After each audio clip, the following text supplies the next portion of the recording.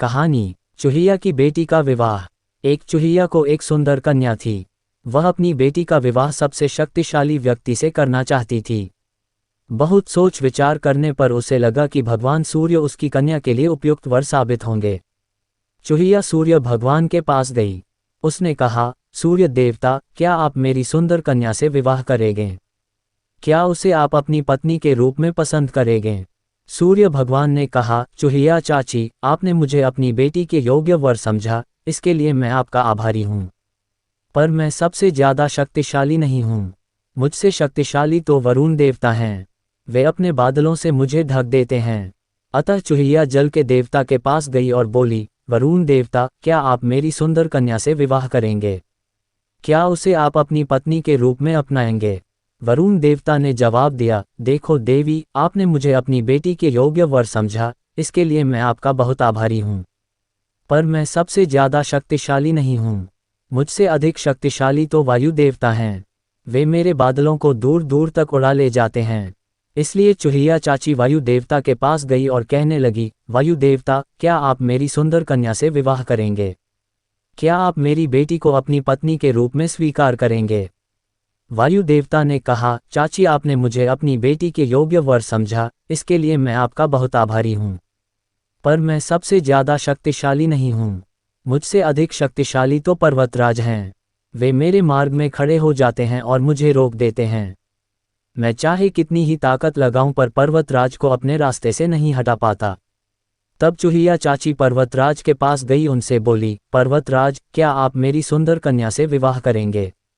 क्या आप मेरी बेटी को अपनी पत्नी के रूप में स्वीकार करेंगे?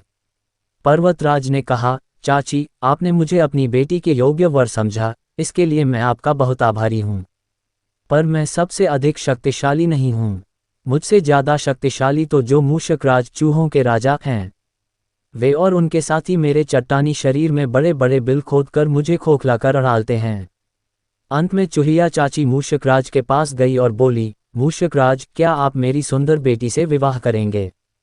क्या आप उसे अपनी पत्नी के रूप में स्वीकार करेंगे? मूषकराज ये सुनकर बहुत प्रसन्न हुए। उन्होंने कहा, हाँ, मैं आपकी बेटी से अवश्य विवाह करूंगा। तब गाजे बाजे के साथ धूमधाम से चूहिया की बेटी और मूषकराज का विवाह संपन्न हुआ। शिक्षा, दूर के ढोल सुहावने लगते हैं। कहानी न्याय राजा। राजा विक्रम अपनी न्यायप्रियता के लिए प्रसिद्ध थे। एक बार वे अपने लिए एक शानदार राजमहल बनवा रहे थे। राजमहल का नक्शा तैयार हो चुका था, पर एक समस्या आड़े आ रही थी। राजमहल के निर्माण स्थान के पास ही एक झोपड़ी थी। इस झोपड़ी के कारण राजमहल की शोभा नष्ट हो रही थी। राजा ने झोपड़ी के मालिक को बुलवाया। उन्होंने अपनी समस्या के बारे में झोपड़ी के मालिक को बताया और झोपड़ी के बदले मोटी रकम देने का प्रस्ताव उसके सामने रखा। पर झोपड़ी का मालिक बहुत अड़ियल था। उसने राजा से कहा, महाराज, माफ़ करें, आपका प्रस्ताव मुझे मंजूर नहीं है। अपनी झोपड़ी मुझे जान से भी ज़्यादा प्यारी है। इसी झोपड़ी में मेरा जन्म हुआ था। मेरी पूरी उम्र इसी में गुजर गई। मैं अपनी इसी झोपड़ी में मरना भी चाहता हूँ। राजा ने सोचा, इस गरीब के साथ ज्यादती करना उचित नहीं है। उसने अपने मंत्री से कहा, कोई हर्ज नहीं, इस झोपड़ी को यहीं रहने दो।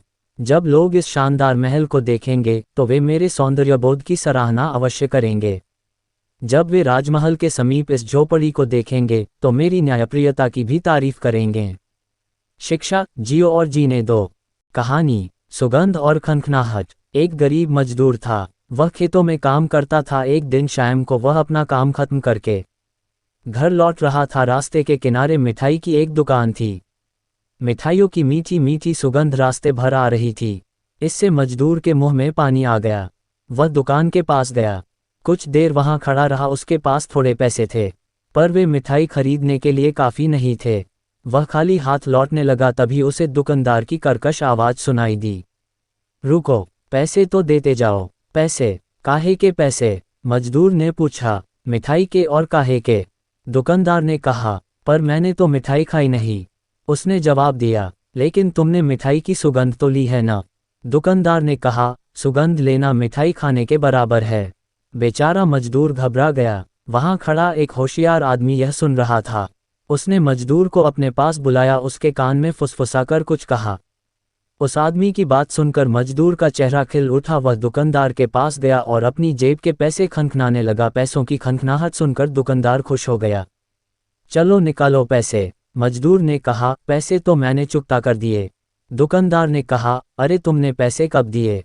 मजदूर ने कहा, तुमने पैसों की खनखनाहट नहीं सुनी? अगर मिठाई की सुगंध लेना मिठाई खाने के बराबर है, तो पैसों की खनखनाहट सुनना पैसे लेने के बराबर है। हा हा हा। वह गर्व से सर ऊंचा किए कुछ देर वहां खड़ा रहा, फिर मुस्कराता हुआ चला गया। शिक्षा जैसे को तैसा। कहानी डब्बू और नाई। डब्बू नाम का एक छोटा लड़का था। वह हमेशा होशियारी दिखाता था। एक दिन उसे नाई से मजाक करने की सूझी। वह सुबह सुबह नाई की दुकान में पहुंचा। शाइशे के सामने कुर्सी पर बैठ गया। नाई ने पूछा, क्या बात है डब्बू? डब्बू ने शान से कहा, जरा मेरी दाढ़ी बना दो। नाई को डब्बू की शैतानी समझ में आ गई। उसने कहा, हाँ जरूर बनाऊंगा सरकार। इसके बाद नाई ने डब्बू के कंधों पर तौलिया लपेट दिया। उसने ब्रश से उसके चेहरे पर झागदार साबुन लगाया, फिर वह अपने अन्य काम में लग गया। डब्बू ने कुछ देर तक इंतजार किया। चेहरे पर साबुन पोते ज्यादा देर तक बैठे रहना उसके लिए मुश्किल हो गया। उसने नाई पर नाराज होते हुए कहा, आखिर तुमने मुझे इस तरह क्यों बिठा रखा है? ये सुनकर नाई हंस पड़ा।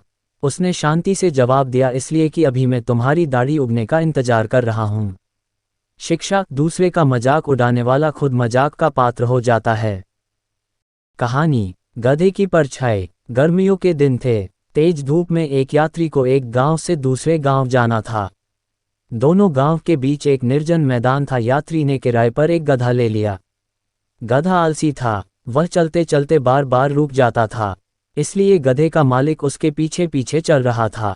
जब गधा रुकता तो वह उसे डंडा मारता। गधा फिर आगे चलने लगता था।